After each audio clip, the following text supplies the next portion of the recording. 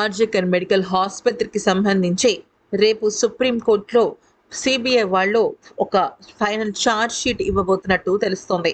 అయితే ఇప్పటి వరకు కనుక చూసుకున్నట్టయితే సిబిఐ వాళ్ళు నిర్వర్తించిన ఎన్నో రకాల దర్యాప్తుల్ని కనుక పరీక్షించినట్టయితే అసలు మనల్ని మనం నమ్మలేని ఒళ్ళు గగురిపొచ్చే నిజాలను బయటకు తీశారు.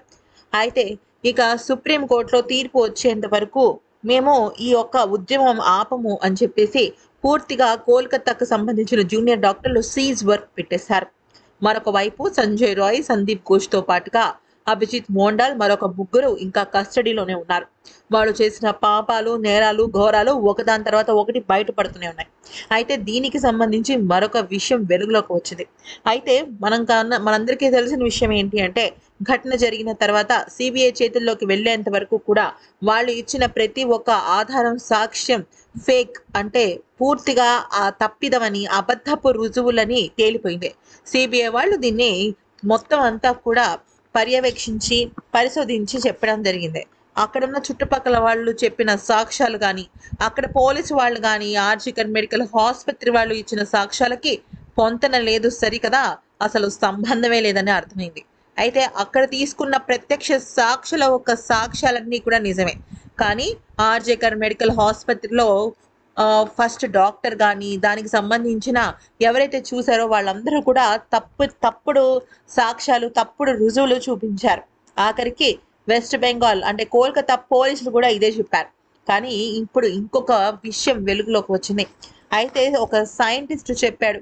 ఆ సైంటిస్ట్ చెప్పిన నిజం ప్రకారం ఆ అమ్మాయి విషయంలో వీళ్ళు అంత దారుణంగా ప్రవర్తించడానికి మరొక కారణం ఉంది. ఆ అమ్మాయి అవయవాలని కూడా వేరే దేశానికి అమ్మేయాలని అనుకున్నారట. అయితే ఆ అమ్మాయిని మృతదేహంతో వాళ్ళు శృంగారం చేసి ఆ వీడియోలను కూడా వాళ్ళు వేరే కొంతమందికి చూపించి బెదిరింపు చర్యలు చేపడదామని అనుకున్నారట. అయితే దాదాపుగా 6 నెలల నుంచి ఆ అమ్మాయి పైన మానసికంగా బెదిరింపు చర్యలు చేస్తూనే ఉన్నారు.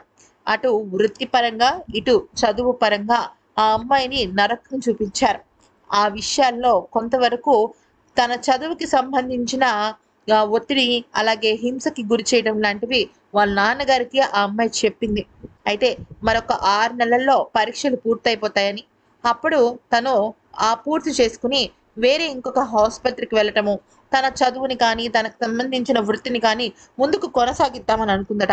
కానీ అదంతా జరగనీయకుండానే ఈ పాపాత్ములు ఆర్జికర్ మెడికల్ ఆసుపత్రిలో జరుగుతున్న ప్రతి ఒక్క చిన్న విషయం మీద ఆ అమ్మాయి దృష్టి పెట్టడం వల్లే ఆ అమ్మాయిని ఇంత దారుణంగా హతమార్చినట్టు తెలుస్తుంది. మొదటిగా మందుల విషయంలో నాణ్యత లేకపోవడం, ఆ తర్వాత శవాలు మాయమవుతూ ఉండడం, ఆ తర్వాత ఉత్తి పుణ్యాన అవయవాలు ఆ ఒక్క మనుషుల్లో మాయమవుతుండడం, వీటన్నిటినీ కూడా ఆ బాధితురాలు బయట పెట్టింది. అంటే బయట పెడదామని అనుకుంది. ఏంటి ఇంత అవినీతి జరుగుతోందని చెప్పేసి పై అధికారులకు కంప్లైంట్ ఇచ్చింది.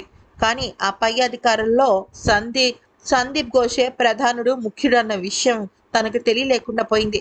అప్పటికి తన నుంచి బెదిరింపు కాల్స్ వచ్చినప్పటికీ కూడా తను చాలా నిబ్బరంగా తట్టుకుంది.